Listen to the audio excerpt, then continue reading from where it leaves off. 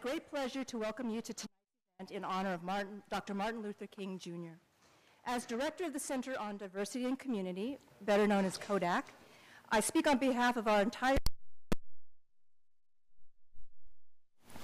Our gathering today is the second in a series of CoDaC anniversary events, all organized under the theme of Unscripting Diversity, celebrating 10 years of engaging challenge and building community. The Unscripting Dialogue continues next month when Dr. Daryl Smith from Claremont Graduate University comes to discuss diversity's promise for higher education. And in April, we are very pleased to be hosting New York Times bestselling author Guy Kawasaki, who will be speaking on enchantment and diversity. Some of you may know him as a marketing guru, since Guy was considered the chief evangelist for Apple Computer. Guy will share his wisdom on how to engage around diversity, equity, and inclusion through the lens of enchantment.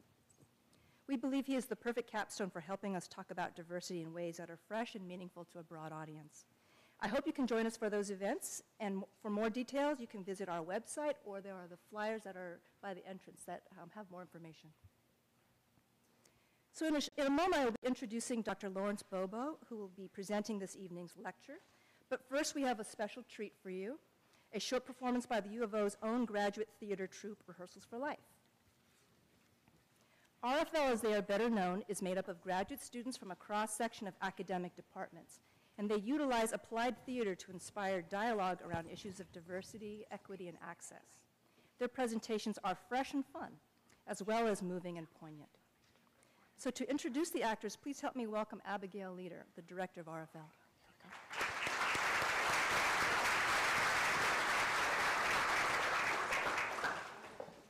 Hi there. Again, my name is Abigail, and I work with the Office of the Dean of Students, and have the pleasure of working with Rehearsals for Life. Rehearsals for Life is a group of graduate students from across many different disciplines, and we use interactive theater as a tool for social change. We create spaces to discuss difficult topics, including how to be an ally and how to speak up for yourself and others. Often we facilitate interactive workshops where we invite audience members to come up and try out different ways of intervening in situations of bias. Today is not going to be as interactive. We're going to be doing more of a performance-oriented piece.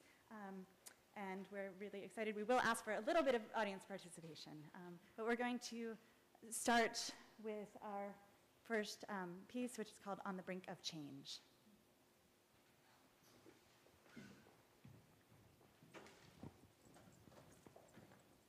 That's just the way it is.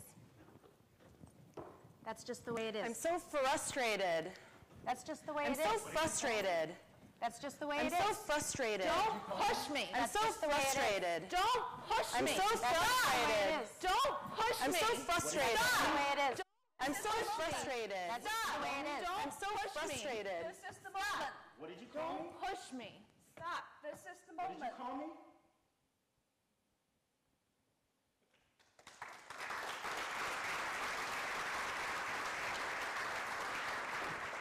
So today we're here honoring Dr. Martin Luther King, Jr. and his legacy and his work. And one of the reasons why it's important to me is because my parents met at a demonstration to make Martin Luther King's birthday a federal holiday. So I feel happy to be here. The celebration, well, first off, my name is Ryan, and I'm a graduate student in counseling psychology. And this celebration, it means, for me, embracing everybody's unique qualities and differences. Hi, my name is Genevieve, and I'm a student in international studies. And what it means to me is to be brave even when I feel uncomfortable. Hi, my name's Nina Hidalgo, and I'm from counseling psychology. And to me, it means challenging stereotypes. Hi, my name is Leilani Subzalian, and I'm from the Department of Education Studies. And for me, this week is about reminding myself how radical Martin Luther King Jr.'s message really was. Hi, I'm Virginia. I'm from the Department of East Asian Languages and Literatures. For me, the celebration is about the idea of everyone's got the right to let other people hear his or her voice. Hi everyone, my name is Jennifer Chain, and I am a counseling psychology doctoral student. And for me, why this week is so special is because I think it's celebrating those who came before us and remembering them. So I'd love to hear from some of you. If you could just call out words that come to mind when you think of Dr. King's legacy. When you think of him? Bravery. Courage. What else? Equality. Change. Legacy. Vision. Dignity. What was that? Pride. And over here? Dreams. A couple more. Inspiration. Continued struggle. So we are going to respond improvisationally to some of these words, and hopefully someone's been writing them down for me. Great. So we'll respond to these words. The word is courage. It takes a lot of courage to be up here on the stage and do some improv, especially when we're talking about words. When I think about courage, for some reason I think about the courageous lion. But for some reason... There's so many times where I am not courageous in my life. And I think, you know, I think like it really takes courage to know your own limits, to be humble about what you know and really what you don't know. And it takes courage to talk about the things that sometimes we don't want to talk about, the things that Martin Luther King Jr. kept talking about. And then I think like 3 days later, oh, why didn't I say something? Or roar like a lion, roar! Oh, I feel the same way. I always have courage in retrospect. Why Like do the lion. children have more courage? Like the lion. It seems easy to be a lion, but sometimes it's really difficult to take that step. Courage is something that takes a lot of effort. Many times I feel like I'm a little mouse, you know, like kind of going around. Equality is something that... Do we really want equality or do we want equity? Do we really want to be treated the same or do we want to be treated the way that we deserve to be treated? Our needs met. I watched The Simpsons the other night, and Lisa Simpson had a great idea, a realm called Equalia, where everybody's equal. And I think about how I can teach my 4.5-year-old about the difference between equality and equity. I don't know. When I think about equality, directly I think about if you treat me, if we treat each other the same. Like, I should be treated just exactly the same as you are treated. And there were rainbows, and there were unicorns, actually double unicorns in Equalia.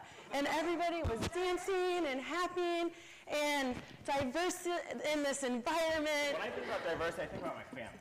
So I grew up, I am half black and half Chinese. So growing up, I was always surrounded Even when by... I am not thinking about diversity, sometimes in Eugene, it's just presented back to Why me. is it that we don't really talk about the other aspects of diversity, like sexual orientation or my always religion? Surrounded by diversity. I remember when I was little, I went up to my mom and I said, "Mom, you have a different skin color than me."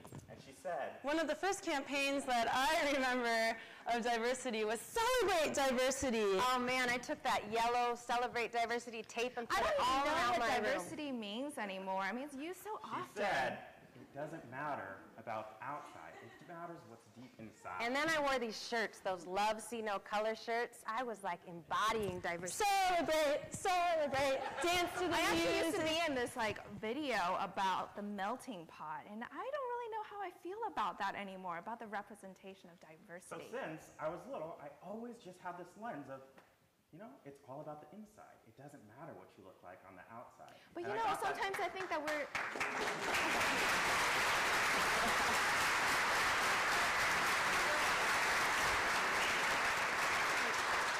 Now we're going to do an activity we call story weaving, where we'll be sharing some personal stories.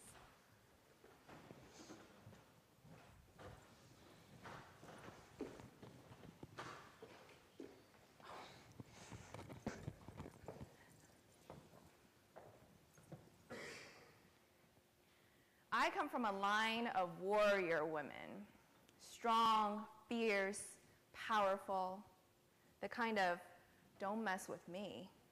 I will defy your stereotypes and exceed your expectations type of women. And on MLK Day, I'm reminded of people who came before us, people who made it possible for me to be where I am today, who inspired me and who gave me hope. And I'm reminded of my grandmother, and I want to tell you a little bit about her today. She was born in the 1920s in Shanghai, China. And she grew up in an orphanage, a place where there's never enough to eat, never enough clothes to keep her warm. And her teachers never really believed that she was going to make much of herself. But boy, did she prove them wrong. She became a doctor. To be completely honest, I always feel kind of uncomfortable at these sort of diversity events. I'm never really quite sure how to feel when I'm in situations where we're sharing or being asked to share or expected to share. I feel like I'm expected to have this like personal story, this personal experience of being oppressed or oppression. And sure, I may have some of those stories in my back pocket for when they're useful. But I feel like they're expected of me because I'm brown. I am an international student, as you can tell. When I came to Eugene years ago, I have a lot of expectations for my life and study here. I'm exposed to a new culture, try different cuisine, and make a lot of friends. At the same time, I'm quite proud of my identity, because I come from a country with long history and where men and women are working hard to create a good life. So I'm really excited. I cannot wait to communicate with my friends in Eugene. One of my first realizations of race was when I was 9 years old, and my parents moved from the big city to a small town in the Midwest. I remember my parents saying, "There's no black people in this town." Well, that wasn't entirely true, but my hometown was very overwhelmingly white. So for MLK Day, we pretty much just celebrated with a day off and didn't go to school. And I didn't actually go do any community service events or go to any diversity talks. Actually, nobody in my hometown really talked about race at all. And if you did, well, you might be called a racist. My grandparents actually met in the orphanage, and my grandmother told my grandfather, "Since you didn't have any parents, I'll take care of you." And after high school, my grandfather joined the army, went off to fight in the Korean War. My grandmother went off to nursing school, became a head nurse, and then later on a doctor. And in the hospitals, all the handsome, young male doctors chased after my grandmother because she was beautiful and smart and had this stunning smile. But she would have none of that. She waited for my grandfather for 6 years. And when he came back, they got married and had 4 beautiful children, one of which is my mother. They went through a lot together. Poverty, the Cultural Revolution, but they were together for over 70 years. And this identity, this victim of oppression, it's an identity that's imposed on me a lot. I'm thinking back, just even being like 5 years old, maybe 6, entering the first grade, and getting those forms, and you get them in the mail, and you have to fill them out every year. I really loved doing that, and I would feel like, I don't know, my mom's little helper, and I would sit there with my mom, and we'd fill out those forms, check those boxes, and I remember one box in particular, one question where it asks, "Are there any other languages in the home spoken besides English?" I would always proudly check that box and write in Spanish, only to year after year be placed in an English as a second language classroom. And year after year have to take that same test and jump through hoops and speak to school officials to show them that I didn't struggle with my English language, and had anyone stopped for a second to ask me or have a conversation with me, they would see that that wasn't a struggle for me, and I stuck out more in those classrooms than I did in a mainstream one. But nobody ever asked. One day, my friend asked me, "Well, if we go out for a movie, can you understand the English?" I feel like my dignity is challenged. Yes, I'm struggling very hard with my second language, but I am not ignorant. At first, I didn't see the division in my school between the white kids and the Native American kids. And when I started middle school, I became good friends with the boy whose locker was next to mine. His name was Blue. He was Lakota, he was tall, and he was funny. We would talk every day in between classes at our locker, and then we would call each other every night and talk on the phone. I remember being so nervous being the new kid in school, and Blue really helped me learn how to laugh and have fun and just forget about being the new kid. So after a while, I started to feel a little bit of social pressure from my friends, from my white friends, who would ask me, "Why are you friends with Blue? What do you see in him? He's a bad kid." Eventually, I stopped calling Blue. My grandparents raised me for 5 years in China when my mother was in the United States. So I learned a lot about how to be a good person from my grandmother. She taught me how to be kind and how to be resilient, how to go after what I want, stand up for what I believe in, how to love, and how to forgive. And most recently, she taught me one of the greatest life lessons.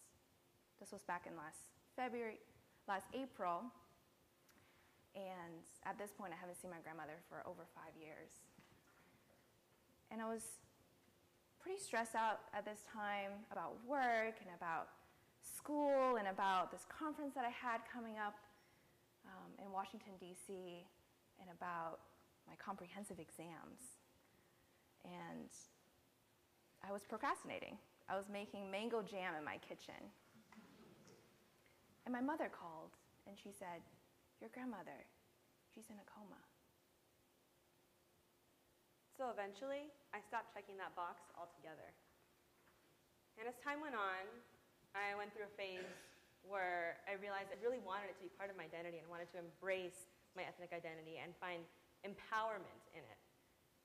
And so starting college and getting those demographic information sheets again, I checked that Chicano Latino box, and a couple weeks after that, I actually got a letter in the mail informing me that I had been assigned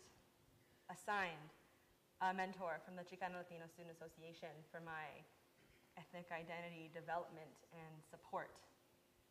And I don't know, something about that just felt off. Like, I didn't feel like I needed support with that. I had come to a place where I was comfortable, and I felt good. But, I guess they thought I needed that. I don't know.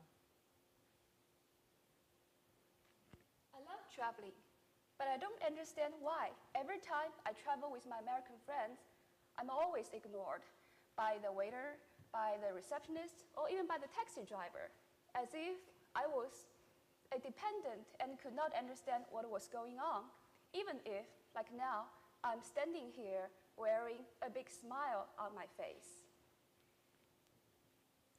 It wasn't until I moved out west until I actually heard the term white privilege or even knew what that meant. And I started to think about my life, and I started to think about people around me. And I was thinking about the things that I've done and the things that I've said or didn't say to my friend Blue. And, I wondered, why didn't I call him back? I wish I would have stuck up for my friend Blue. I know that Blue would have stuck up for me. The news floored me, and I called my family in China, and for the first time in my life, I heard my grandfather cry on the phone. And then I just decided I need to go back. I need to see her one more time before she's gone. So I dropped everything, and I left. And I drove down to California that day, and the next day got an emergency visa and flew out that night. After 16 hours of plane ride, 2 hours of car ride later, I was home. But I was too late. She had already left. I was really glad to be back and to be there to grieve with my family and to listen to these stories I've never heard before of what my grandmother was like when she was younger and how they met. And I realized I had put my family aside and my life aside for my graduate program, for my career. And life doesn't wait. Dr. Martin Luther King's death awoke in a nation, and my grandmother's death woke me up to the purpose of life, which is to be with those that I love and to cherish them. So as we celebrate this day and celebrate those who came before us and paved the way for us, I want to celebrate a warrior woman. I want to celebrate my grandmother. I don't think there's anything wrong necessarily with these supportive classrooms, organizations, programs. I think that they reach a lot of people and they help a lot of people that might not otherwise get that support. But for me, I feel like I'm someone who will ask for help when they need it, and I take offense when it's assumed that because of a box I occupy, that I am at a disadvantage and that I need that sort of help and that I can't ask for it myself. That's oppressive to me. And so today and this week, thinking about MLK, I use this time to take a stand, to challenge myself, and to challenge others, those around me, that we're more than the boxes that we check. So here comes the old lady that I have known her for years in Eugene. One day, she came to me, said to me full of sympathy, "Virginia, I really hope to have this conversation with your mom and show her how independent we American women are." Okay, here comes the stereotype. We are oppressed and need to be saved by the superior. But on this day of celebration, I'm thinking, is that possible for us, while we are enjoying our own freedom, also show some respect to other culture? Although I'm becoming more aware of social justice issues around me, I still struggle with my own biases, my own stereotypes, and the fact that I too can be a racist. So now I celebrate MLK Day not for a day off of school, not for a day off of work, but to remember those who had the courage to stand up and say something for other people, like my friend Blue. I still have a lot of fear and a lot of ignorance, and I have a long journey ahead of me, but I'm glad I'm here.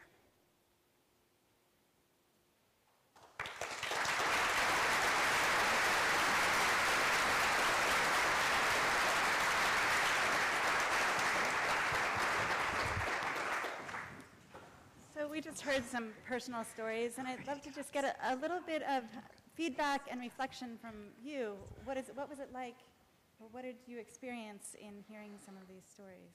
I'm just curious, show of hands, how many people could relate to something that they heard? So I'd love to hear from a couple people. Just a word or a feeling that you have in response. Yeah. You know, I myself am about 40 years of age, and my dad is about 70.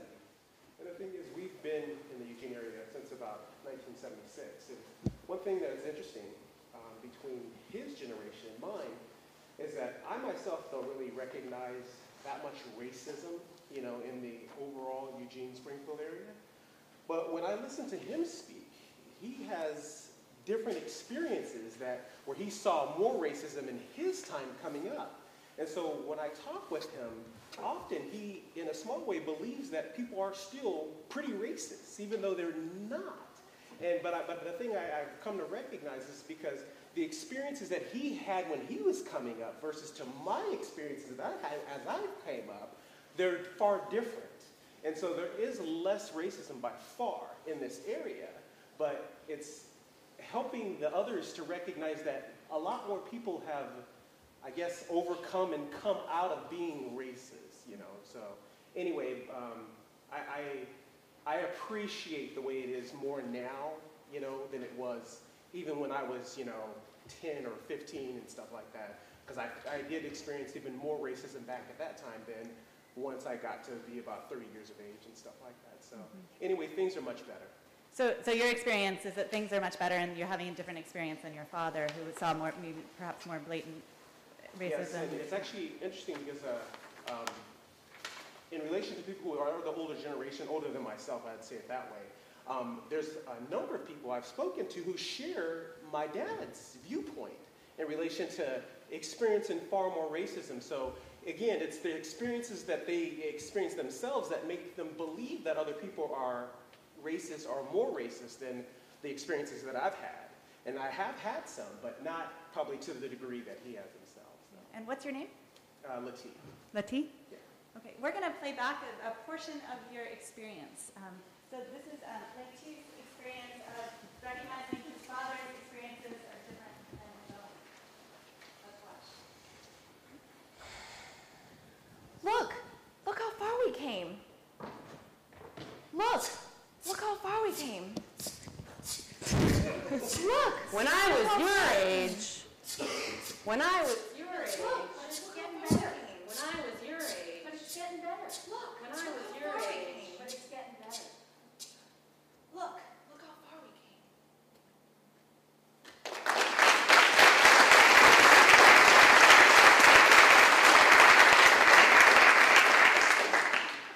Someone else have a response or some feeling that you had in watching the actors earlier? Yeah. I identified very much with the sense of having white privilege and then not having encountered racism and one encounters it. I remember very much an experience with a student, a small working group, Bois Professor at the University of Maryland. We were discussing issues. Can people hear? We were discussing issues of race, and this student, young woman, made in response, in a way she felt was being sympathetic, a most remarkably racist statement about people that were right there at the table with her. And I froze. And what I wanted to do was say, oh my God, that's racist, you idiot, how did you become this? And I knew that would not be a way that would help bring her out of this statement, because she was trying to be empathetic and sympathetic. Fortunately, there was someone at that table that knew how to engage her. And so let's talk about an alternative way of thinking about this. So what your experience in that moment was feeling fear and not knowing quite how to respond. And tell me your name. Andrew Marcus. And not just fear, not knowing how to respond, but fear of making it worse. Fear of making it worse. Okay. Andrew's experience, fear of making it worse. Let's watch.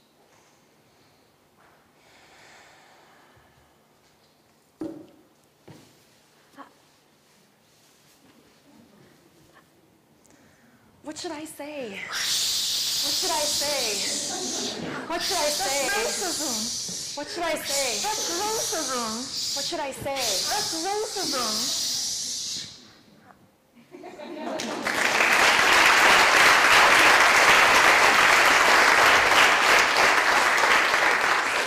And how about just one final response? Anyone else have something in response to what we've seen so far?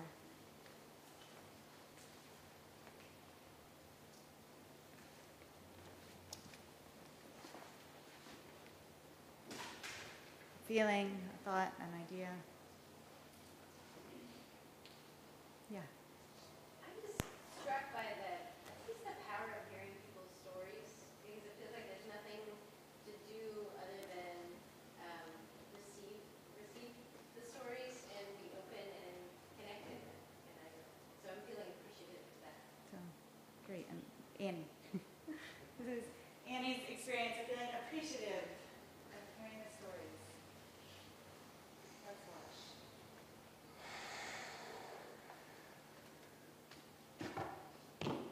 I hear you. I hear you. That's like me. I hear you. That's like me. I hear you. And that's like me. That's like me. And that's hear like me. Thank you. That's like me. I hear you. Thank you. That's like me. I Thank hear you. Thank you.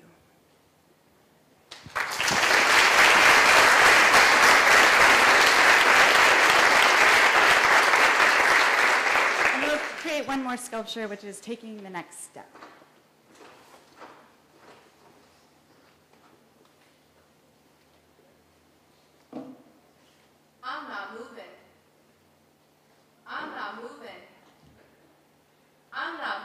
I got your back. I'm not moving. I got your back. I'm not moving. I got your back. My voice will be heard. I'm not moving. I got your My back. voice will be I'm heard. not moving. I got your My back. voice I'm will not be moving. heard. I got your back. My voice I'm not will be moving. heard. I got your back. I'm your sister. My voice I will got your be back. heard. I'm here to support. I My got your voice back. will be heard. I'm here to Let's talk about it. I got your back. I'm here to support.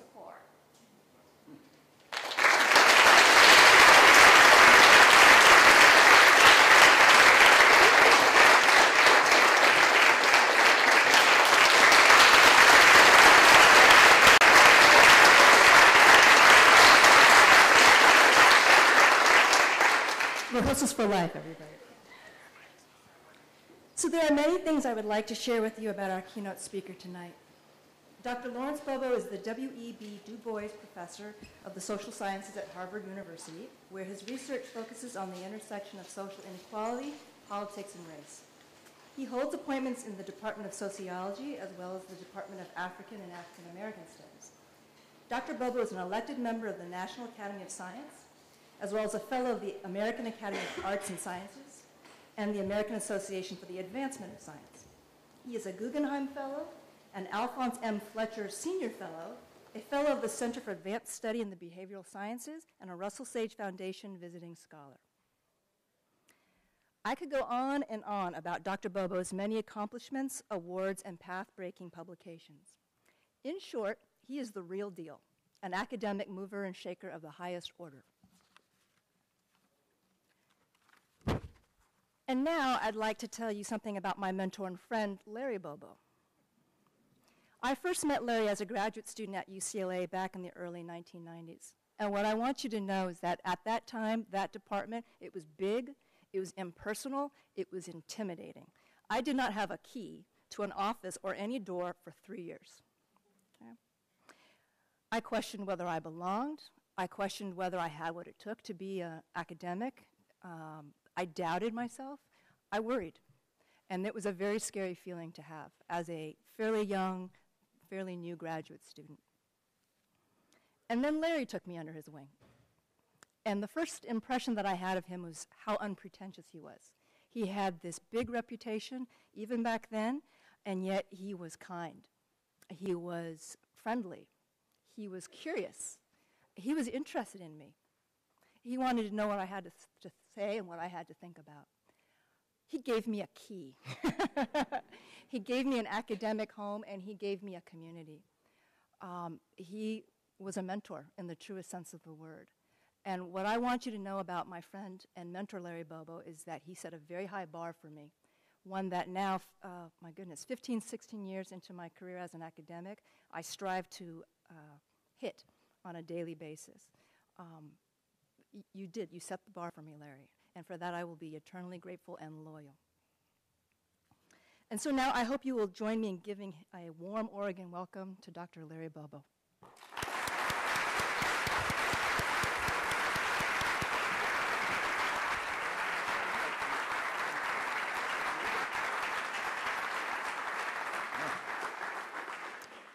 Wow, well, thank you so much. That's an extraordinarily special thank you from someone who made the life of a faculty member in a not particularly warm and congenial department much, much better back in those days.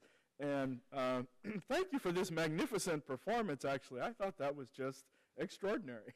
And there are lots of terms I would have used, like insightful and powerful and provocative, and in a way kind of hitting many of the themes that will be a piece of what I'm going to try to talk about here myself.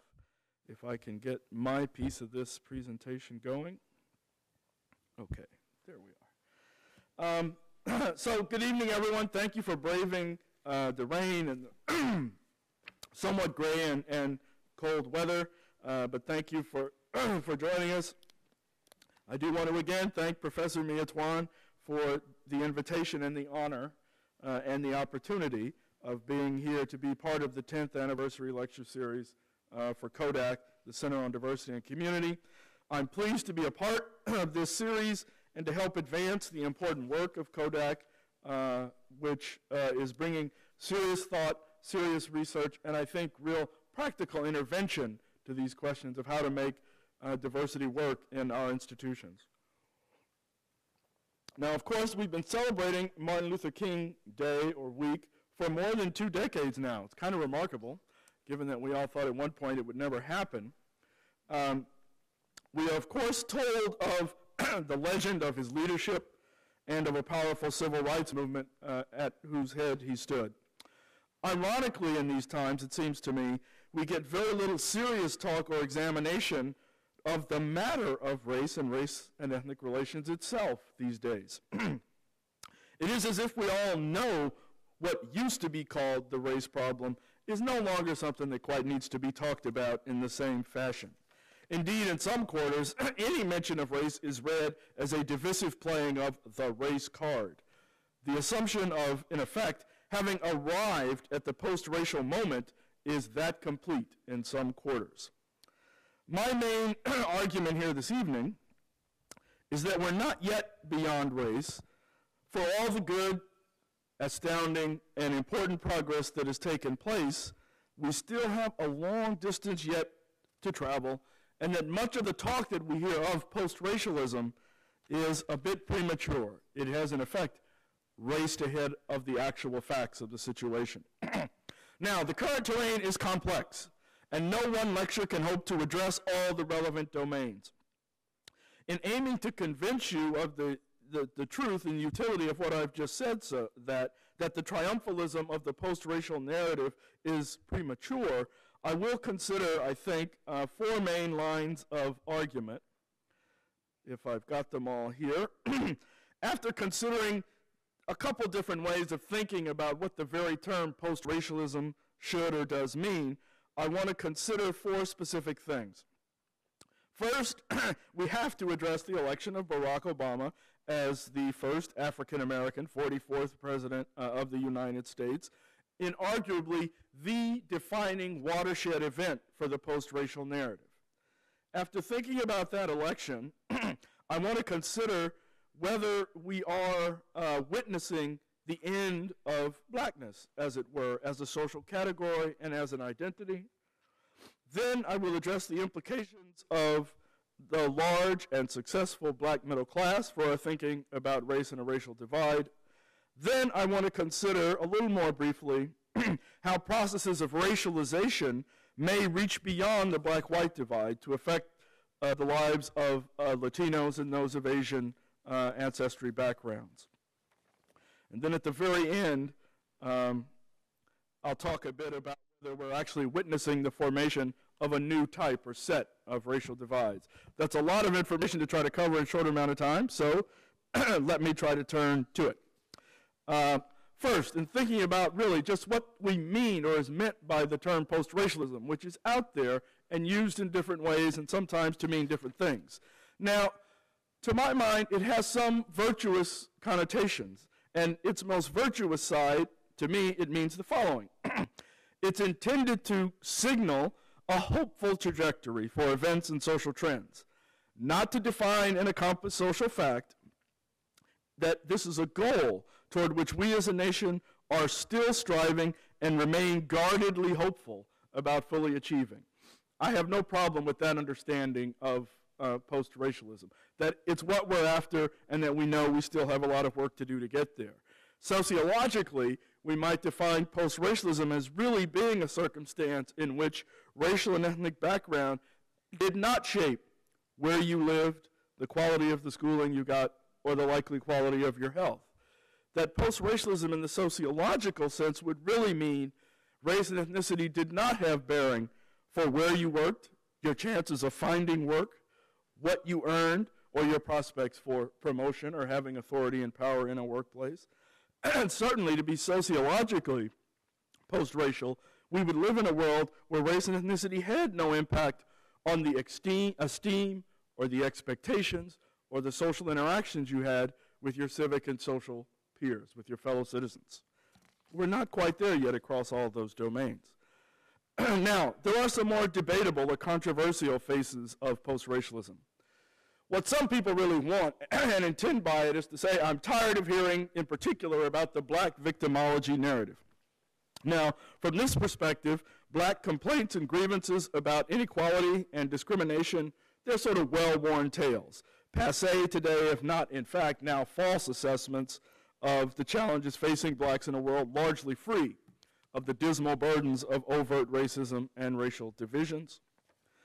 There are two other kind of overlapping views that I think are a bit different. One is the blurring of the boundaries, or what I sometimes call the beigeification of America hypothesis. And that's that we're now a hybrid nation, right? That the level and pace of change in the demographic makeup of American society is so great, the identity choice is so flexible, that the traditional black-white divide, at least, if not any other, is irrelevant. Americans revere mixture and hybridity and are rushing to embrace a decidedly beige view of themselves and what's good for the body politic. That's one view. Yet a third is those who assert positively we're beyond race, we're done with it, and in fact can get somewhat angry if you try to bring the subject up. To wit, American society, or at least a large fraction and growing fraction of it, has gotten so far beyond it that we as a nation have transcended it and should be done talking about the racial divide. Now, as I said, the first and largest piece of evidence for these more debatable versions of the post-racial hypothesis is to say, look, we have a black president. This would not be possible in the face of a society with any seriously enduring race problems. Obama proved that we can transcend, or at least are far enough beyond the race problem that we don't have to deal with this.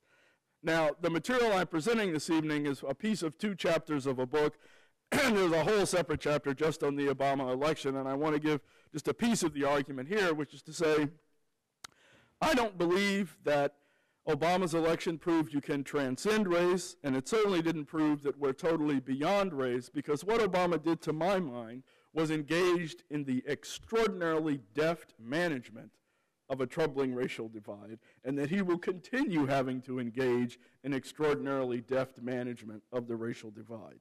And that means he's got to rise above persisting negative stereotypes of blacks. He's got to avoid touching what I call the third rail of American race politics, which is racial resentment, something I'll explain more concretely in a moment. And he's got to do those 3 things: rise above the stereotypes, avoid the third rail, at the same time that he keeps black and other minority voters mobilized and doesn't lose sympathetic white voters. That's a lot of work. That's a hard balancing act. But let's go back. I think in Obama what we're witnessing is the durable racialization of American politics. You know, headlines set the post-narrative tone some time ago. In June 2008, we get an essay on the end of the black narrative. The New York Times Magazine publishes a cover story on Obama and the end of black politics. The New Yorker, David Remnick, the editor, writes an essay on the Joshua generation who are ready to cross over the River Jordan, right, who are ready to move beyond the old shorelines to the new. And we get John Tierney writing an essay the day or 2 before the election called "Where Have All the Bigots Gone? We're about to elect this black president. All the claim that there's this underlying subconscious racism has got to be bunk." And then the beigeification article in The Atlantic, the end of white America, that we're all going to be this new happy hybrid. This is just a small sampling of all the media discourse advancing this narrative. I think a powerful corrective, which if you haven't seen, I hope you appreciate it, occurred before Obama even officially launched his campaign, and it showed kind of the unavoidable power of race in American politics. And I'm going to play this for you if I can find a little screen here. Of course, we've already had announcements from big names like Hillary Clinton, John Edwards, Mitt Romney, and Senator Joseph Biden, who, if I'm not mistaken, withdrew from the race the same day. But of course, the announcement everyone's waiting for is Barack Obama's. Now, Senator Obama is not the first African-American to run for president, but he's the first African-American to have a prayer, which is ironic since 2 of the others were reverends. Obama will announce his candidacy this weekend at the old state capitol in Springfield, Illinois, where Abraham Lincoln made his stirring House Divided speech. How historic. At a building made famous by the man who freed the slaves. Now begins the presidential campaign of a man who is the descendant of slaves. Of course, the buzz killers out there want to drain the significance of this event just because Obama isn't the descendant of slaves. His father emigrated from Kenya in 1959, and his mom is the Swiss Miss Girl.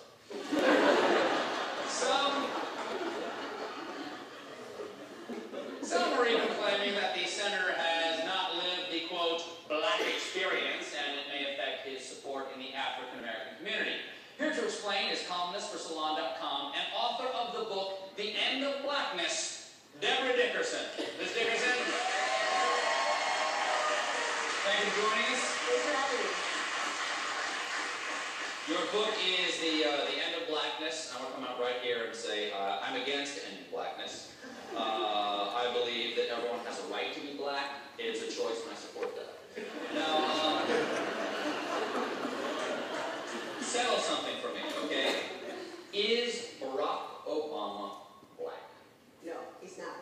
In the American political context, black means the son of West African, the descendant of West African slaves brought here to labor in the United States. It's not a put down. It's not to say that he hasn't suffered. It's not to say that he doesn't have a glorious lineage of his own. It's just to say that he and I, who are descended from West African slaves brought to America, we are not the same. Okay, so if he's not black, why doesn't he just run as a white guy?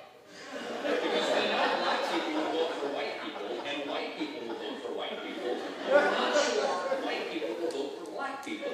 So it seems like by self-identifying as a black man, because he says that he's a black guy, he says nobody thought a black guy born in Hawaii with a father from Kenya and a mother from Kansas could actually win a race. So why didn't he say, you know, I'm a white guy? I mean, that's a lot.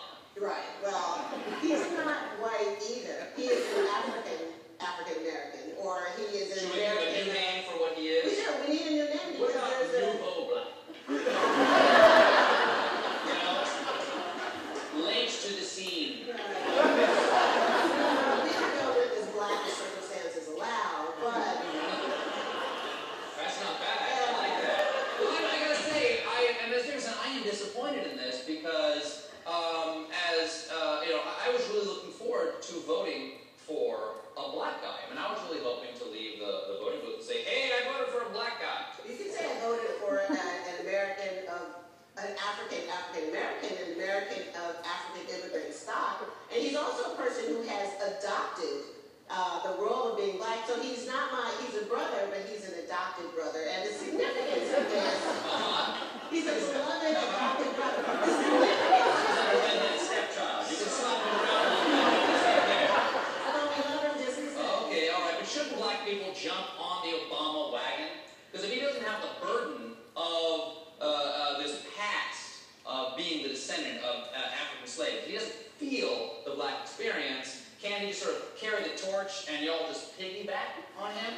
Well, I think that's what's going to happen. I think Barack Obama is a wonderful person. We're proud of him. And this is not a critique of him. What this is a critique of white self-congratulation, of saying we're embracing a black person when we're not really. It's a way of, if people are self-aware, if you hadn't told me he wasn't black, I would have thought that I was supporting a black person. And then I would have been supporting all black people. But now I won't because he's not. Right. Well, then that would make you a racist.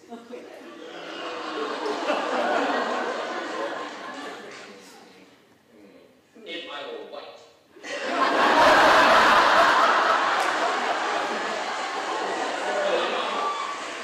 Not necessarily, no. I don't see race, okay, because I've moved beyond that. I've developed beyond that. I'm so not a racist. I don't see race. People tell me I'm white, and I believe them because I think Barack Obama is black.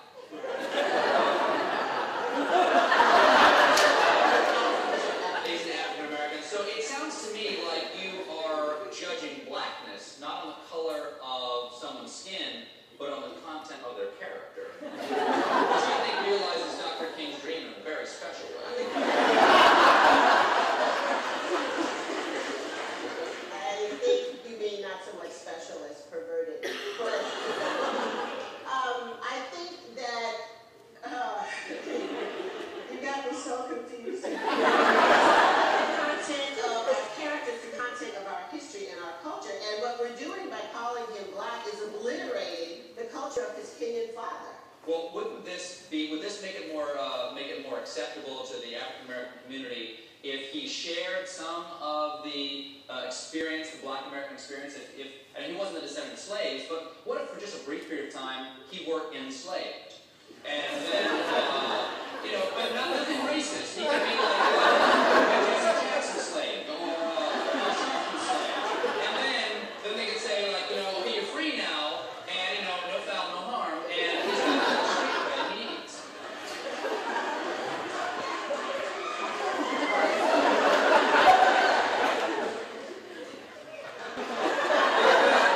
Think about it. They had me there. Thank you so much for stopping by.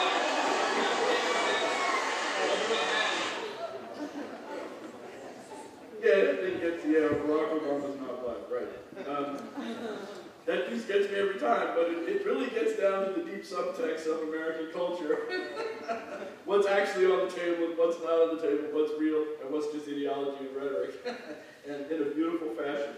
So in the rest of the argument, which I will just do quickly, in our current socio-political context, the good news of the story is we all know that the old segregationist Jim Crow racial ideology has by and large failed. It's been repudiated. It was defeated and is in many ways ideologically one of the cardinal achievements of the civil rights movement. The idea that the African Americans were the inherent biological, temperamental inferiors of whites, that we should be a segregated social order that did not allow mixing and above all else prevented miscegenation, racial intermarriage, and the state could enforce discrimination. That whole regime, that ideology, that way of ordering society has been pushed far, far into defeat. And it's validated by a lot of various data, including survey data, the sort of thing I ordinarily do in research, which Barack Obama proved, by the way, that this high percentage of people who said they were willing to consider voting for a black candidate for president was literally true. This doesn't mean that racism had disappeared, and I've argued elsewhere that we've witnessed kind of the crystallization of a new contemporary form of racism I call laissez-faire racism, which is not based in biology. It's much more based in culture, where stereotypes are not categorical and extreme, but more subtle, qualified, rooted in presumptive cultural differences between groups in tendencies, qualities of behavior, and that they really focus on repudiating any claims or demands that bubble up from below, at least from minority communities, and indeed attaching a great deal of resentment in opposition to such claims. I'm going to race through some of this because I don't think I need to do this in detail to talk about the persistence of stereotypes and so on. But I do want to land on the point I was trying to make about the third rail of American politics, the idea that there's resentment out there in the land that becomes a dangerous thing politically. Politically, you touch this resentment, and it's like literally going down into the subways and putting your hand on that power cable. You're going to get burned, if not burned alive. Now, Obama came close to this third rail twice in American politics. You can probably think of what those two episodes are. What's the first episode of getting near the third rail? No, not quite. Jeremiah Wright is episode 1. And he gives the speech in Philadelphia and gets past racial resentment there. What's the second episode? Big episode, global event. Shocking that it became a global event, actually, because all that was involved was a couple of beers. The beer summit. That's episode 2. And it's an astonishing thing about how, I'm going to come to that again at the end, but it's a sign of the power of this thing in American politics that an inappropriate, illegitimate arrest should result in a circumstance where the President of the United States has to have a globally televised event that was more closely watched than the landing on the moon. I want you to understand just how intense that's what it was, because it's right at the heart of American politics. This bad boy right here, racial resentment. Now, what do I mean by racial resentment? This is a survey question that essentially you're asked to agree or disagree with the statement that blacks should get ahead and overcome prejudice and work their way up. They should do the same thing as other groups did without any special favors. And it sounds like very simple, tame language. And about 78% of white Americans affirm this sentiment in national surveys, as do about 50% of African Americans. There's a huge difference in the tonality between most black and white respondents on this, however. There's almost no emotion when blacks say it, when they agree with it, and when they agree with it, it's almost like the form of barbershop talk. Yeah, those people need to get their stuff together. I know, Bebe and her kids are messing up. We all know that, but they'll get it together. It means something different in the white world, and I want to give you 3 quotes from open-ended national surveys that I've recently done to give you a flavor of the emotionality here. So we asked people who agree with this why they feel that way. And here's a 52-year-old man with some college education who lives in Arizona. He said, I'm honestly tired of hearing about black discrimination. And this is a web-based survey, so they were allowed to write as much as they wanted. And they say people don't want to take time for survey.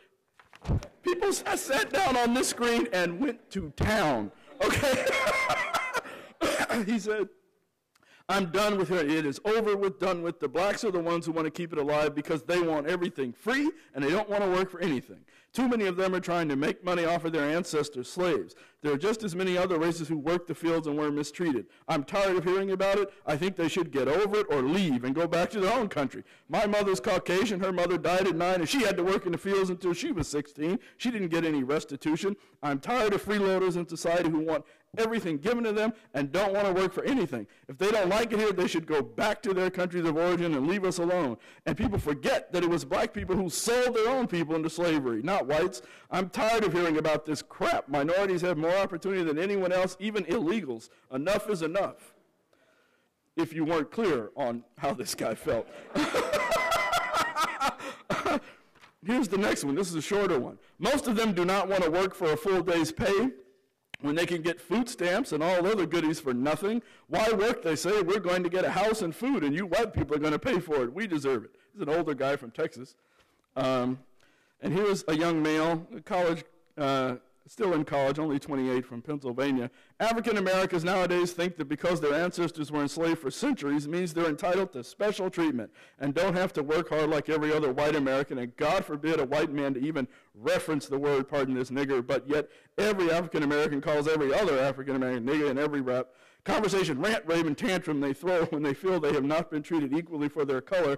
When we assume he's describing himself at this point. When a hard-working man of 2 children, a wife, and a homeowner acquire a credit card of low interest, but yet a lazy, non-working, welfare-collecting African American throws a fit because they feel they have been treated unequally when they have no job, no income, no collateral, and receive no loans or credit cards. So in any event, it makes you, if you wonder why Rick Santorum and Newt Gingrich want to refer to Obama as a food stamp president, they've seen the focus groups and the survey data. This is what they are playing to. And these guys are without question out there, waiting to be mobilized. I'll skip this last one. What is this one? Yeah, I don't need to do that. Now, we know you could sift through the headlines and find all this stuff. But early on in Obama's presidency, when they were going to do the very first, during his term, Easter egg hunt on the White House lawn, we had someone produce this postcard. And so instead, they're going to have a watermelon patch on the White House lawn to give you a sense of some of the cultural iconography floating around out there. I don't know if you saw this ad during the healthcare debate, but it's Obama as a witch doctor in loincloth with a bone through his nose, and Obamacare coming to a clinic near you. And I don't know what sort of imaginary produced this, but it tells you the subconscious of fear of racial domination that's out there. But how a man who's all about cosmopolitanism and tolerance ever gets depicted in this way, I find utterly shocking. And you may remember the more recent cartoon produced by one of the birthers, who thought she had the explanation for why Obama didn't have a birth certificate, which was that these were his actual parents, produced by a Republican advocate out in Orange County, California. And I just want to say, there's so much of it, and it's now so ubiquitous, you don't have to go far to find the racist cultural production going on around and in response to Obama. So much so, it makes you wonder about why anyone would really want to become the first African-American president. And on that note, let's see what Dave Chappelle had to say. Years before Obama ran, by the way.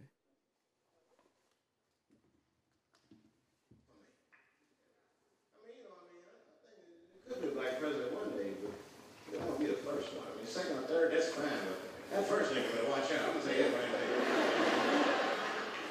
Too hot. I mean, I'd be the first black president. I don't think that nobody would really hurt me. I'm sure somebody would want to hurt me, but I don't think they'd touch me because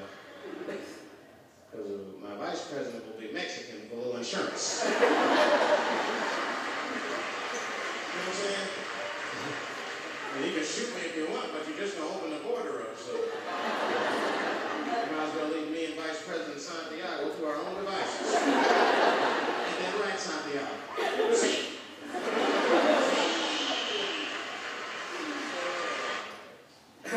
In any event, the point is, our politics remain racialized, and the election of Obama does not prove the end of racist and politically salient concerns. I think it does validate the extent to which he's definitely managing race. The happy story here is that a successful multiracial coalition elected him. One could hope that he's able to topple that successful multiracial coalition again to get reelected, but it's going to be a struggle. Now, one of the other questions I wanted to address is whether we're seeing the fundamental breakdown of blackness or black identity. That is, in a way, the specific parts I'll talk about in the time I have interracial marriage and mixed race background and identity reached a point where we're seeing the dissolution of a black identity. If we were to look at data from the 1990s, not all that long ago, it was clear that while there'd been some change from a point of virtual zero, I mean, very few, if any, interracial marriages, intraracial endogamy was still the overwhelming norm, as the bolded part of these quotes from a recent research article by Vincent Kang Fu, another student who worked for me at UCLA at one point, says, one key feature of the data is overwhelming endogamy for blacks and whites. At least 92% of white men, white women, and black men are married to members of their own group. And this is part of my point about the post-racial discourse racing well ahead of the facts. It's not that there aren't a fair number of mixed-rate marriages. It's not that there aren't more than ever before.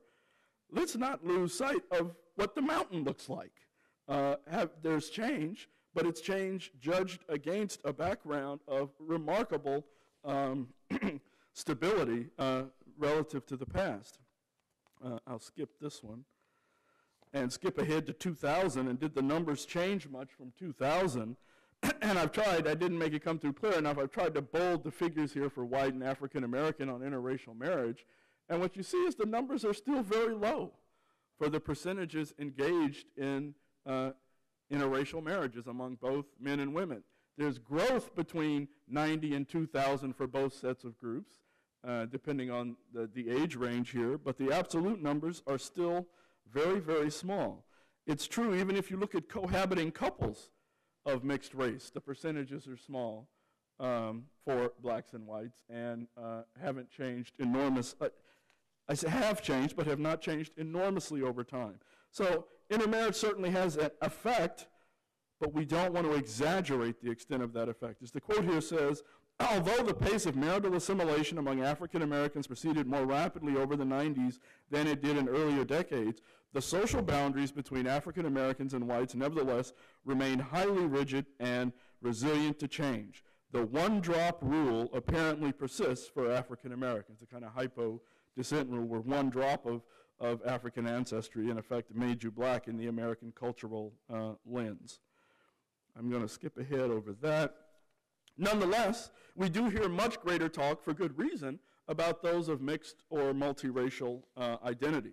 The New York Times in particular is fond of headlines like this, a front page story at the time that the 2000 census data were put out, heralding the fact that for 7 million people, the one race category wasn't enough. They felt they had to check off more than one box. And 7 million absolute numbers, that's a heck of a lot of people.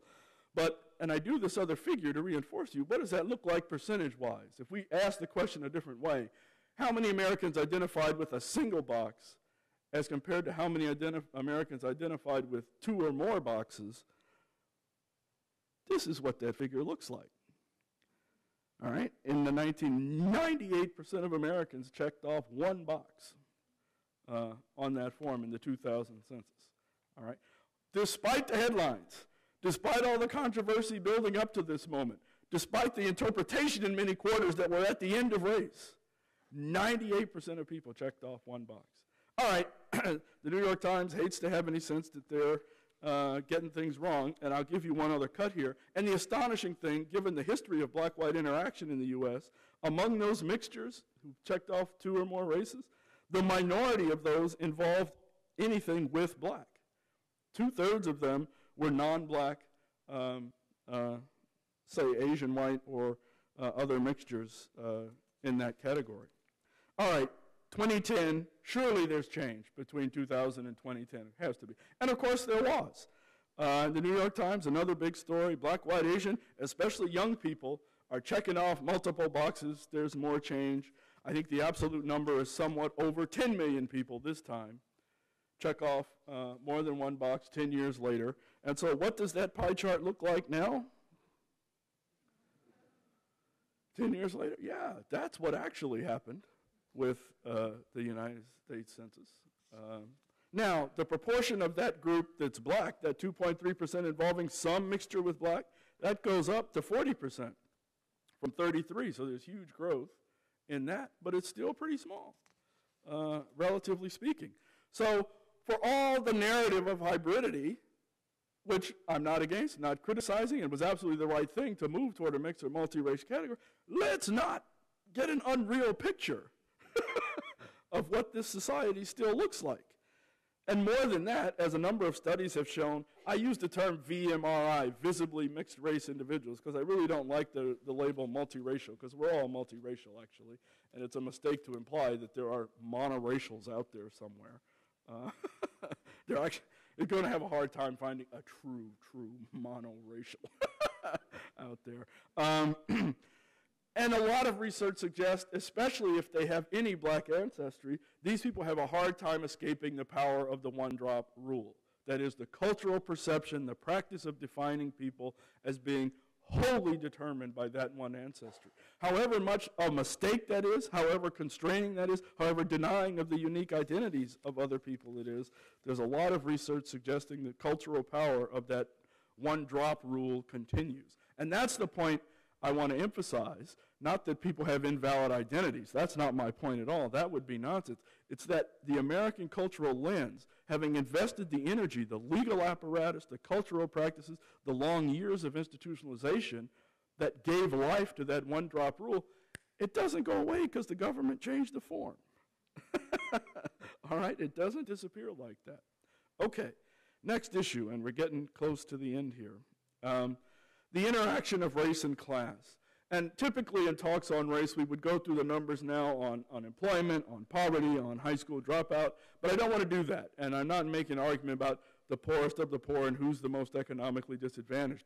I actually want to talk about how race remains problematic even for those at the top of the class hierarchy, even for those who are successful black middle class in a way. I want to underscore that point, and generally have the substantive message that we should understand race and class as interacting, not a circumstance in which class somehow quickly trumps race and makes it an irrelevance.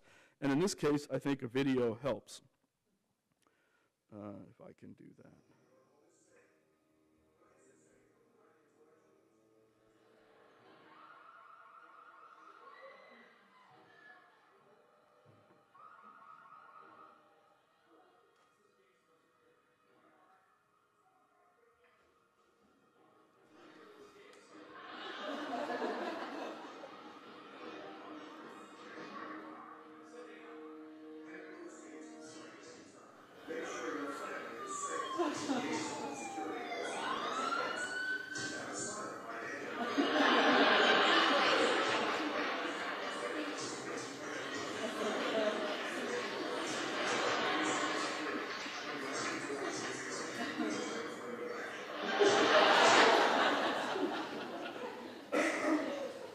The amazing thing about that cartoon is like the day after the arrest, the Maher Show came up with this skit, which I thought was just brilliant. With Black Intellectual Strike, we take affirmative action.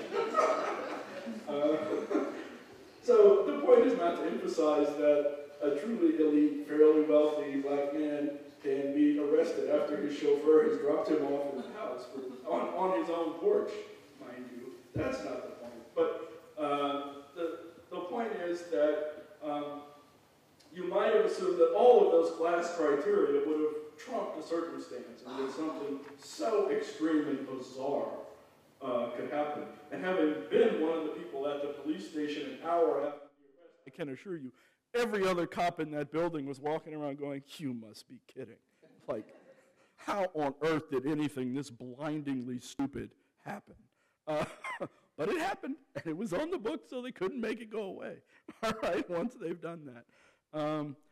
The deeper point, as sociologists know, is that even African Americans and whites who might be equated in terms of educational background, who might be equated in terms of type of work or the actual occupations they perform, almost certainly differ in the likelihood that their families have any accumulated assets or wealth.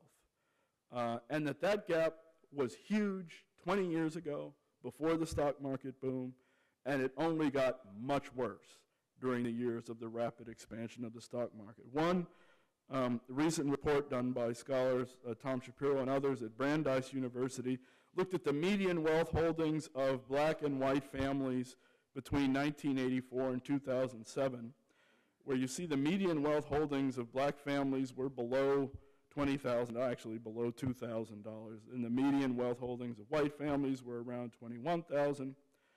It grows substantially for white families on the whole, bounded up a little bit for black families, but the key point is the gap more than tripled in size during that period. And wealth is like different from income. That's what we could be looking at people with 16 years of schooling, the same job title, and the same pay rate. The question is whether your parents or your grandparents were able to give you a 5 or 6 figure check when either they passed away or you got married or you had your first child. And in the black case, the answer to that question is typically no. Where in the white case, I'm not saying it happens to everybody, it happens far more frequently. And it just doesn't exist there. And it gets even worse, and this is the 1% versus the 99%. If you look just at high-income individuals, well, everybody lost out, right, compared to the top 1%. Because those high-income folks enjoyed extraordinary expansion of their wealth assets during that period of time, whereas blacks and even most middle-class whites didn't do so well in the latter part of this decade. But as I said, the point of the wealth data is just to underscore that even at the high end for African Americans, we're talking about people who don't have inherited wealth and who literally are, in most circumstances, a true paycheck, not multiple, a paycheck away from potential economic hardship if there were a real hiccup in the family circumstances or background. Okay, last point. We have the story out there that assimilation is working basically for everyone, maybe except African Americans. That is the reigning theory in sociology of what groups of different and ethnic backgrounds will undergo. That you'll start off at the bottom, you may encounter prejudice, and the first generation in particular will struggle. But as you learn the language, learn the cultural ways, get a foothold, you will slowly move up. The second generation will be better. The third generation will be better. By the fourth generation, you've forgotten your ties to the past and have melted into the melting pot, as it were. There is a great anxiety afoot in the land, right? And we see it in the current primary season in a way. And even in advance of that, all the people who were planning to take America back. From who and for what? They don't often articulate directly, but I have a guess. And it's this figure here that's driving a lot of that anxiety, right? These census projections on the changing makeup, demographically speaking, of the American population as roughly, and for some reason the bottom graph didn't come here, 2040, maybe a little ahead of that, will reach the point where what would nominally be labeled a white category is no longer a clear majority, continued growth presumably in Hispanic, some growth in black and Asian, American Indian or Alaskan Native. One of the questions here has been the presumption that Asian Americans are also undergoing this process of massive assimilation, and the argument always goes, and you see it in the high intermarriage rates. And again, I don't want to get ahead of where the data are. That first box up there shows the percentage of across all ethnic groups, Asians, men who are intermarrying and women who are intermarrying. And those are fairly low percentages. All right, this is circa 2000. To the extent intermarriage is occurring, that is marrying non-Asians, whites or blacks or some other major racial category, There's a lot of pan-ethnic intermarrying going on. That's the bigger flood. But crossing the quote-unquote racial barrier of Asian, non-Asian is at a much lower rate. So that even there, it hasn't, the narrative, I think, has moved far ahead of the underlying reality in many cases. It's even more extreme an argument, presumably, in the case of Latinos, and not so much on the intermarriage front, where that story does look closer to something like the assimilation narrative, and I'm coming to the end here, but more on the socioeconomic front, where we've now had a recent powerful study about the Mexican-American population based in California and Texas, suggesting that the third and fourth generation of Mexican-Americans, who are the single largest Latino ancestry group in the U.S., around 60%, 65+%, have actually lost ground compared to where the second generation was. Stagnation and then slight loss of ground, which should never happen if the assimilation story is true. Third and fourth generation should not have less education and lower incomes. Not supposed to happen. But it looks like what's happening, unfortunately. And now we know why.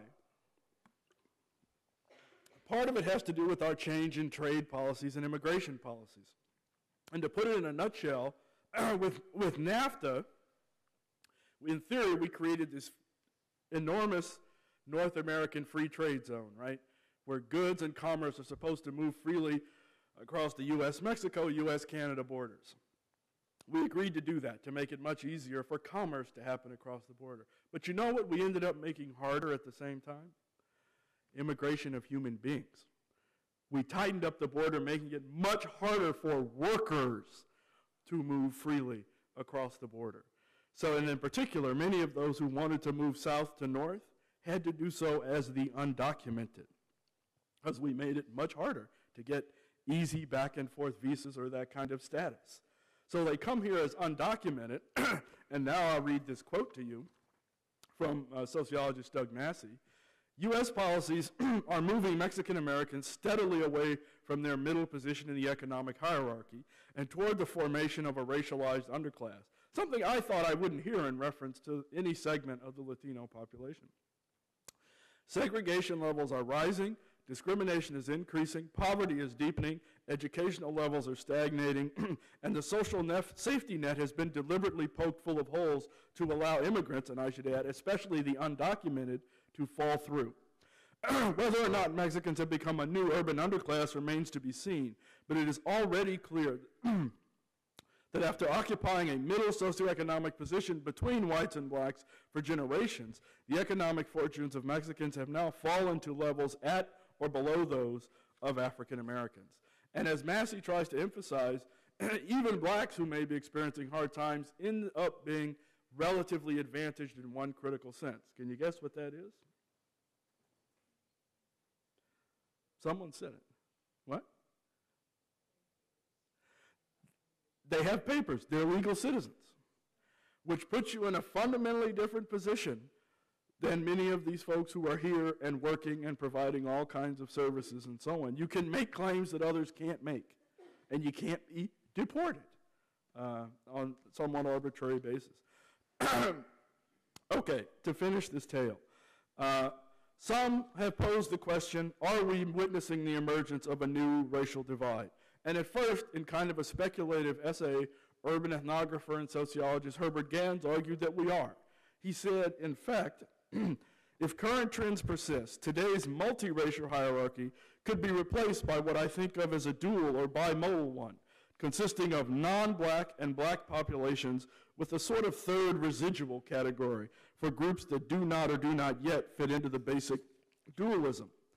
Now that speculation was in many respects, and I think they had not expected to, largely confirmed by a group of demographers, Frank Bean and his colleagues, who looked at intermarriage patterns, education rates, poverty rates, unemployment rates across the stretch of decades for multiple groups.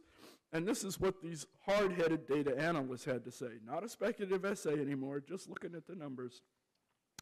A black-non-black divide appears to be taking shape in the United States.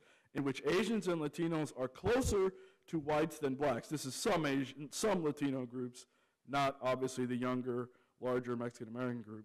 Hence, America's color lines are moving toward a new demarcation that places many blacks in a position of disadvantage similar to that resulting from the traditional black-white divide, right?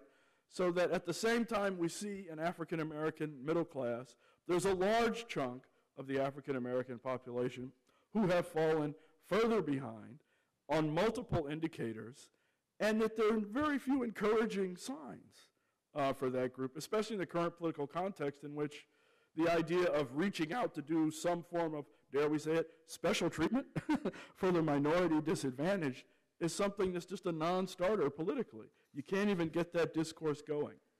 Nonetheless, if we were to ask in national surveys of most Americans, do they think that we have achieved racial equality, or if we will soon, or at any point in their lifetimes, there are such radically different worldviews. 2/3 of white Americans in 2009, long after Obama's election and inauguration, said we've already done it, we've achieved it, we're there. Another fifth said, well, we'll get there very soon. And you see the worlds apart here. I mean, the ratio is like almost 5-to-1, black to white, in the belief that we've already arrived at the post-racial moment. And you see how hard it is to have discourse if these are kind of the starting assumptions. Now, those who advance the post-racial narrative think that young people have bought the post-racial narrative too. But in an interesting major survey of black, white, and Latino youth done out of the University of Chicago, it's interesting. While more white youth than I think white adults affirm the idea that racism is still a problem, pretty high fractions of Latino and black youth are willing to say that they still think racism is a serious problem, and remain at least more guardedly pessimistic about the prospects for large-scale achievement of racial equality than some of these other national data on adult populations would suggest. And I'm going to skip through that. So to kind of wrap things up on where we've been, as I say, my main message here is that post-racialism as an aspiration is an absolutely worthy goal. In many ways, it is precisely what Dr. King and his legacy and message were all about. In the wake of Obama's election, we've seen a tidal wave of scholarship and intellectual production arguing that we're essentially at that moment, and his election, if nothing else, proves finally that to be the case. I think there are lots of reasons, even if we restrict our attention just to politics and the election of Obama, to be skeptical of that analysis. And then if we look carefully at what's going on in terms of, and these are the materials I've restricted myself to, our politics, the identities people express, intergroup intermarriage patterns, and indeed, even the underlying economic status of those who are middle class on the face of things, we should be far more guarded about the assumption that we've somehow arrived at the moment of fundamental transcendence of race. I haven't covered everything that matters here, but in many ways the first step, so well presented by the performers who opened our session this evening, is that it's only through some sort of honest and progressive discourse, and maybe particularly powerfully performative, incitive discourse of that kind, that we have a real hope of getting through the next stages of this struggle, because only on the basis of some sense of truth, of honesty, of having put on the table what really needs to be put on the table, are we likely to move forward. There are a whole set of policy issues, not all of which I've had the opportunity to develop here in this context. But I think those are some of the things that need to happen if we're to undo the material face of racial inequality today. And lastly, of course, and it's the whole message of this talk, and in many ways I think the ambition of CoDaC, we have to be serious about a project of positive cultural change. That the sort of stereotypes we all carry along with us, anyone exposed to and embedded in American culture picks up these things. We have to work on it. Otherwise, they don't go anywhere and they continue to have effects. The set of assumptions any of us make that we all get bought into to a degree, we can't change until we face what's problematic about them. But I don't want this to be a message of pessimism or disabling, because that's not the message at all. We've made enormous progress. That progress was contingent on people like King, who challenged what the problems were of his day and tried to make us make a commitment to moving to a different, better, more enlightened future. And on that note, I'll conclude with one of King's favorite quotes from philosopher and theologian Paul Tillich. You know, the arc of the moral universe is long, but it bends toward justice. Thank you all very much.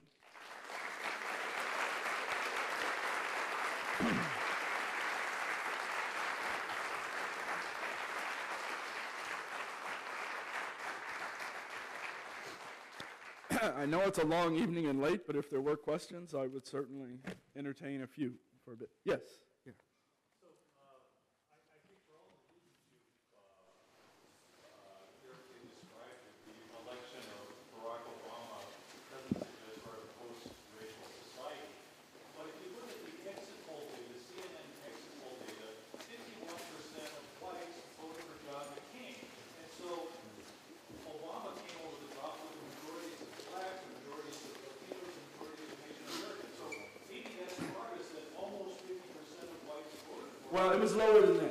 It was like Obama got about 42%, 44% of the white vote, right? He got roughly 66% of the Latino and Asian votes, super majorities. And then he got an absolute hyper majority of the black vote. He got like 95, 96% of the black vote.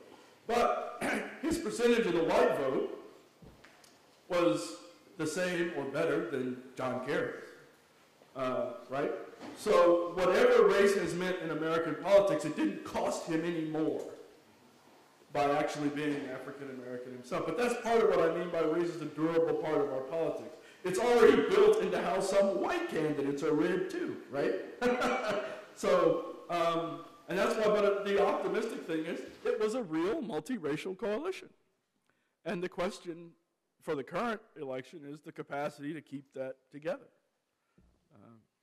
Yeah, but I have to say, and the first time I presented those numbers, it was actually to a group of foreign journalists by and large, or most of the journalists were foreign who were visiting Harvard University as part of a visiting journalist program, and they were stunned to think that the majority of whites had not voted for the current president of the United States. I said, yeah, that's what happened.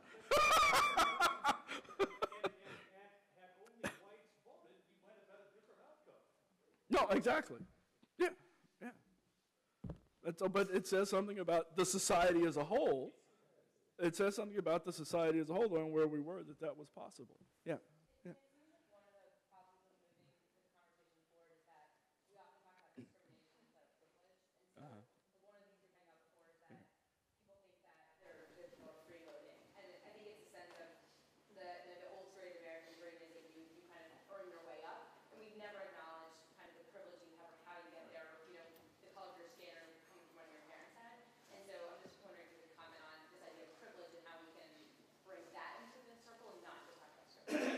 It's always a hard thing to bring up, and I think the best way to do it is still try to be somewhat dispassionate about the wealth data.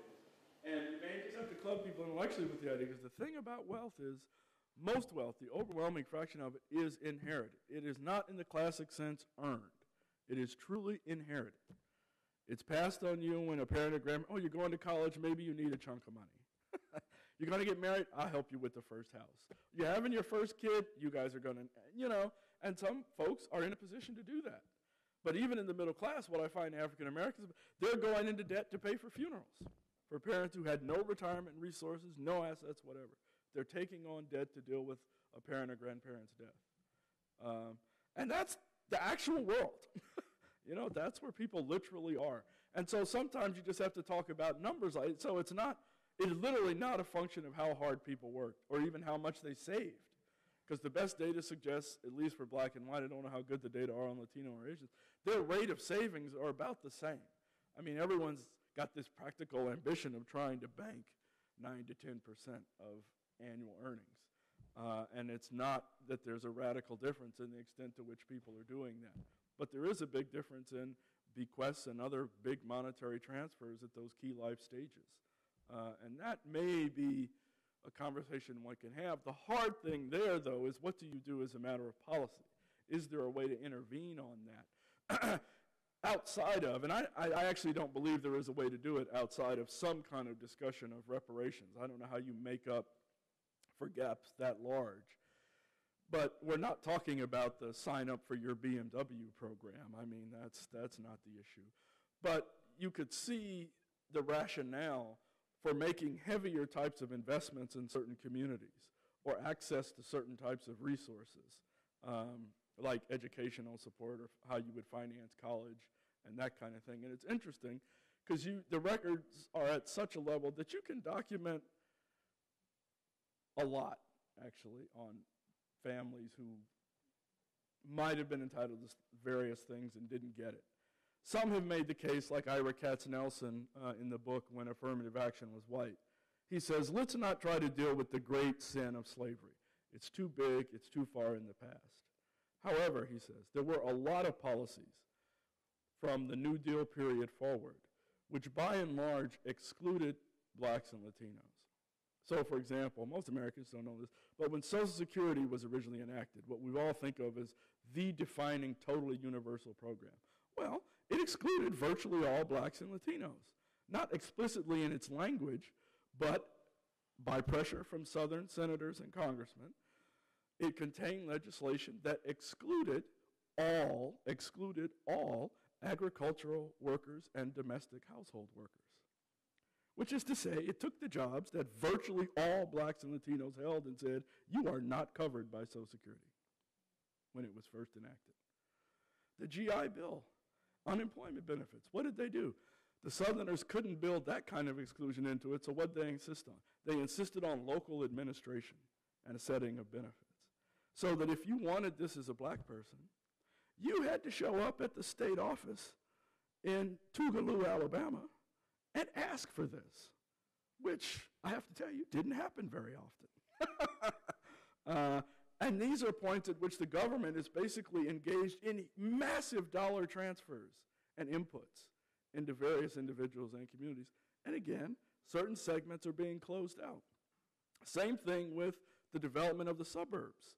This happened at a time when it was explicit federal policy to encourage home lenders to maintain the ethnic purity of neighborhoods, which meant, in practice, what it meant was they didn't underwrite loans from people who were minorities trying to move out of cities to the new suburbs. And so what happened?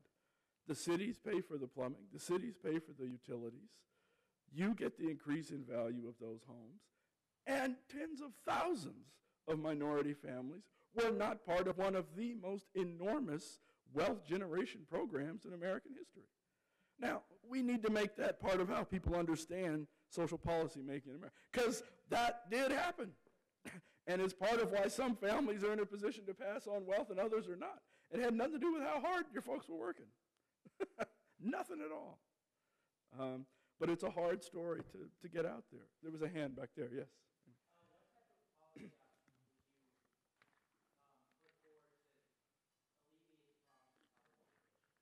Of public education. Well, you know, we're in a tough moment with public education. It's obviously urgently important, and let me start with the narrative. I think the narrative of blaming teachers has to end. Teachers are not the reason the schools are having problems. I think we've been engaged in a project of systematic disinvestment in public education for quite a long time, and that we need to go back to actually caring about public education, which may mean rigorous teacher training. I have no problem with teacher accountability procedures. I have no problem with testing and evaluating kids' progress, as long as it's tied to learning, not the punitive sanctioning of teachers and principals. And I think, you know, when No Child Left Behind was initially passed, my own political read on what was going on, I asked myself, what's really going on here? And I said, you know, hard-headed political analyst, what's going on here is an effort to destroy the last big set of democratically oriented unions. The point of this legislation really is to break teacher unions. We want the leverage to get rid of tenure in the public schools and to get rid of the money that's going to Democratic candidates from teacher unions. Cynical read. Now, in order to sell No Child Left Behind, in order to sell it, they had to have some substantive goal. And astonishingly enough, what happens? A Republican literally says he wants to end the achievement gap. hold it. That was the express policy goal of No Child Left Behind. Now, they didn't create the mechanism or the resources to do it, but we should never let anybody take that off the table as political capital, that was the goal of major federal legislation. Let's get serious about doing it. Beating up teachers and beating up school administrators is not the only, there are many ways to get to that goal. If we're willing to make it the public goal, which astonishingly a Republican did, because it was a Trojan horse. I mean, the real objective was smashing teacher unions, but they put on the table something they can't take off now, which was ending the achievement gap. So let's hold their feet to the fire, make them responsible for ending the achievement gap. There are lots of tools for doing that. So I think we got to go back to that. But it does require real investment, real dollars, and unfortunately, and I will say this as criticism of Obama, he came into the sphere of influence from a set of people who bought the teacher critique. So that's where they started too. They started, and it's wrong-headed, it's not the way to go, and they need to get back on something that really is about improving what's happening in the classroom, not sanctioning teachers. Yes, yeah, then I'll come this way.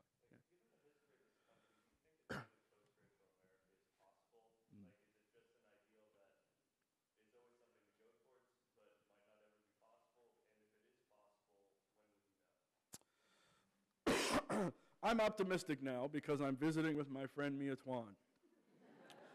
So it's possible. And, you know, we don't get there without trying and challenging things. As I always say about, you know, people look at some of the poll data, and some of the poll data can be terribly pessimistic. Like, if you looked at the poll data for the percentage of white Americans who are willing to entertain any discussion about reparations for slavery, it is vanishingly small, like 2 or 3%. But that's what the data looked like when the civil rights movement started for integrating the schools. Sometimes you got to stand up and challenge where people are and say, look, that's where we got to be. I don't care that all of you oppose it right now. As the performer said, sometimes you got to stand up and go, I'm here. This is where we got to go. And because otherwise it'll just be another version of where we are moving forward. So I think it's possible. It's not, I'm going to now be hard-headed in election, be a little cynical, pardon me, Mia, but, you know, there's an argument that nothing that has amounted to major transformative progress in race relations in the U.S. has ever come out of good intentions, as it were, that it's always been some structural imperative, a structural imperative that involved war, in particular war against an anti-democratic enemy, or at least an enemy who could be cast as far less democratic than we were or our institutions were. A war that involved the mobilization of large numbers, in particular of blacks in the military. And then thirdly, occurred in a moment when there were active movements from below demanding fuller realization of democratic ideals. And the argument goes, there are only 3 big occasions like that in the American experience, and they do more or less correspond to those rare moments of truly big transformations in race relations.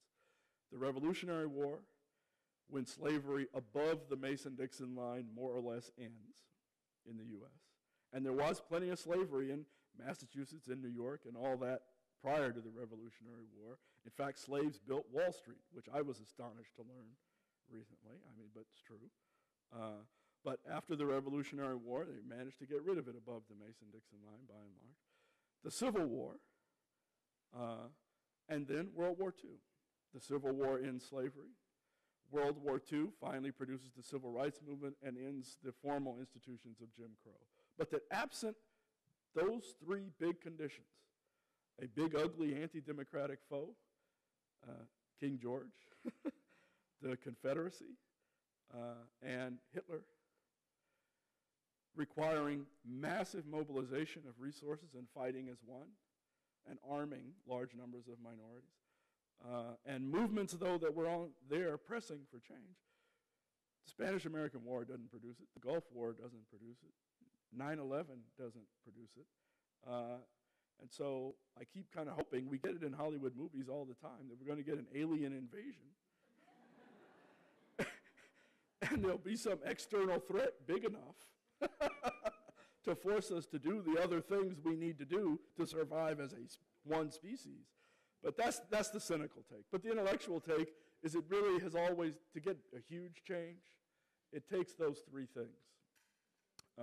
But it does say something about that. There had to be activist movement, right? There had to be somebody articulating the new dream, the new vision, and saying where it is we need to go to make some next progress toward it when those other conditions come into alignment. So that would be my thought on that. Yes, this may be the last line here.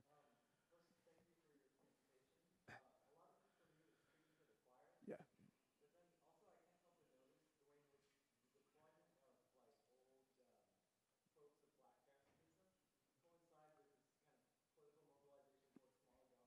Absolutely. Yes.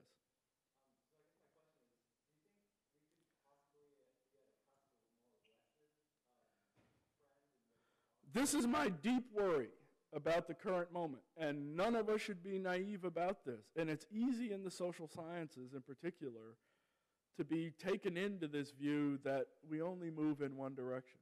Because in America in particular, we're quick to forget our past. And huge backward movements do happen. We forget about them, but they happen. Remember, African Americans had more rights, in effective rights, realized rights, in 1870 than they did by 1910. Okay? Because we forget the collapse of Reconstruction. We forget that there were black legislators, there were black congressmen in all the southern states, that there were black business owners, they were starting black schools, and all it takes is a political compromise over who's going to be the next president. Troops come out, federal enforcement comes out, people start introducing all-white primaries, grandfather clauses, literacy tests, white primaries. And by 1910, we have solidified a whole new regime of racial oppression. So I think this moment, where a man like Newt Gingrich can stand up and call the President of the United States the first food stamp president, he should pay a price for that. And I'm glad to see the New York Times didn't step back from criticizing him. This is just straight up the politics of resentment. It's ugly, it's old school. I hope it's a losing strategy. But a lot of other people need to get to work to be sure it's a losing strategy, because one could be easily mistaken. Because once a ball starts rolling in a certain direction, it's hard to stop it. And so I don't want to make assumptions about where we're going to go from here, because it's too easy to assume things are going to continue to move forward in a nice, steady direction. And there's no give. If you look carefully at past experience, which is the message of the whole talk today, that is not the way things have typically gone. So I don't want to be on a downer, but you got to be vigilant. Articulate that vision and mobilize people, because there's plenty of activity on the wrong side of these issues, unfortunately. So I will stop there. Thank you all for your attention.